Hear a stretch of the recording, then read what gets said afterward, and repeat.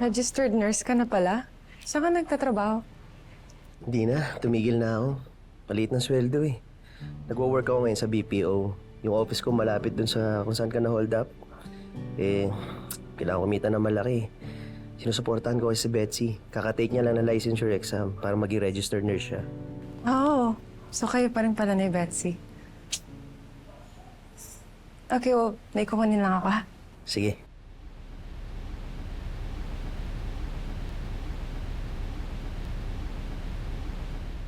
Be! Oh, Be! Be. Be, ano nangyari sa'yo, Be? Be, bakit ka naman kasi dumaan doon? Ano nangyari sa'yo?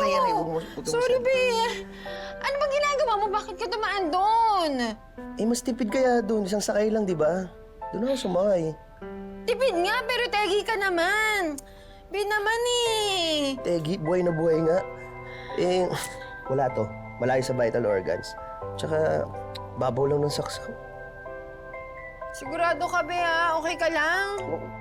Okay ka lang? Medyo makirot lang, pero okay naman. Oo, naman, baby Okay ko. lang. Love you, love you. Love you, love you, love you. Ay, gilit niya ako. Be, huwag mo na gagawin yun, ha? Oo, na. Si... Gina?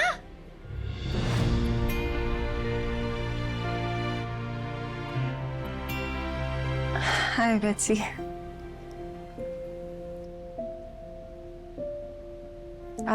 Mukhang mag-uusap pa kayo. Alis na lang ako. Teka, Gina, sandali! Kailan ka pa nakauwi? Kanina lang. Ah. Uy, salamat sa pagdala kay Gerald dito sa ospital, ah.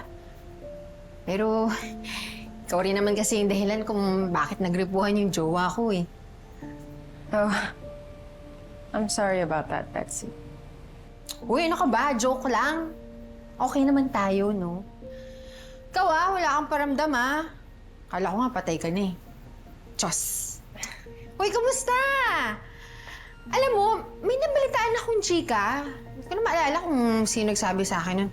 O basta, mga 2-3 years ago, umuwi ka daw dito. Kasama mo daw yung jowa mo. Let's really have to go. Teka, walaan ko. Ginago ka dun, no? Come on, Betsy. Come on din, Gina. Ano ka ba? Kahit pa paano may pinagdaanan din naman tayo, kaya kilala kita kung may problema ka. So ano, niloko ka nun, no? Patingin nga ako ng picture niya. Sabihin mo, bawal siya dumaan sa lugar namin, kundi ako gigripo sa kanya. Amin na, patingin! Ano ba, imposibleng mangyari yun kasi nasa US siya eh. Anyway, I'm so happy na going strong pa rin kayo ni Gerald. Salamat. Kalaan mo yun, tatagal pala kami.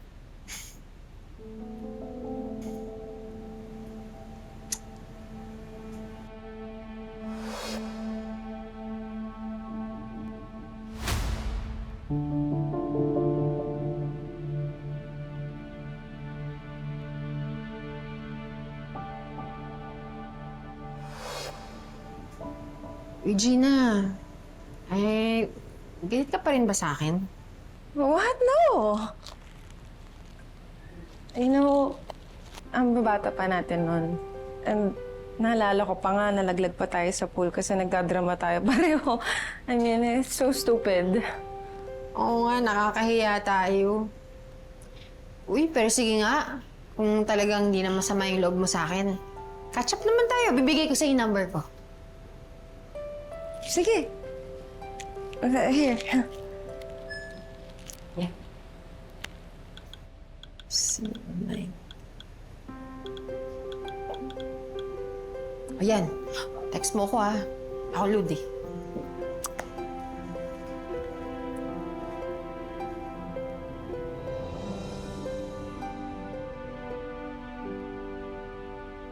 It was really nice seeing you again, Betsy.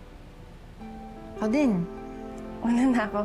Gerald, mauna na ako, ha? Oh, thank you, Ingat, ingat. Thank you, Bye. Be. Ano po? Narinig ko mga sinasabi mo ron. Oh, English yun, catch-up pa, di ba? Be, paano yan? Kailan ka gagaling? Be, Mabilis na to. ikaw kasi, baby ko talaga. Gina, kung ikaw ba naman ay nagpasundo sa amin, eh di sana hindi ka na hold up. At sana hindi mo na-encounter ang magjowang yon. Kita, it was meant to happen. Isipin mo kung gaano katagal sila iniiwasan. And then they're the first people here that I encounter. Apa, ay bakit parang masaya ka pa? Kita, if I was to be honest, natuwa ako na nakita ko si Betsy ulit eh. Wala pa rin nagbabago sa kanya. Ganon pa rin siya kakulit. Nakakamiss din.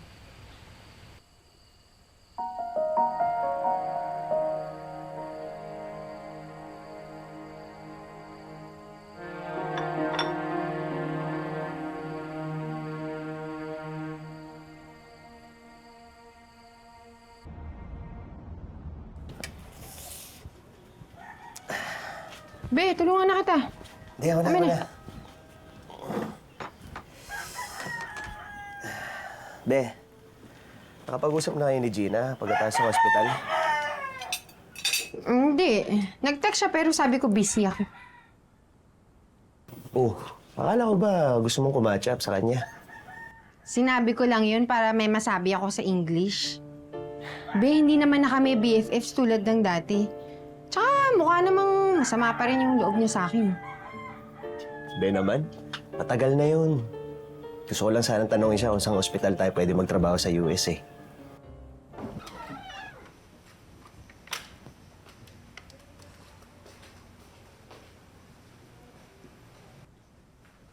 Oh, here's your tea. Bakit mo sinustok ang ex mo, ha?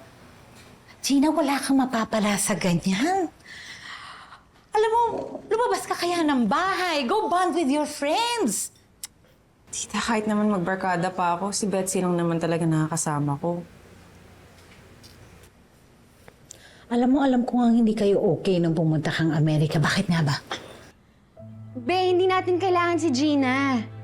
Tsaka hindi rin tayo tutulungan nun dahil bitter pa rin yun.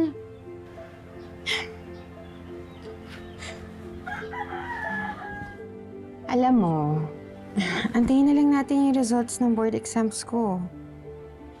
Sobrang petty lang ng dahilan, tita. Actually, kaya ako rin gustong mag-reach out kay Betsy kasi ako ang dahilan kung bakit naputol ang communication namin. Gusto kong makabawi man lang sa kanya. Tita, thank you for the tea, ah. Bakit lang po. Sige.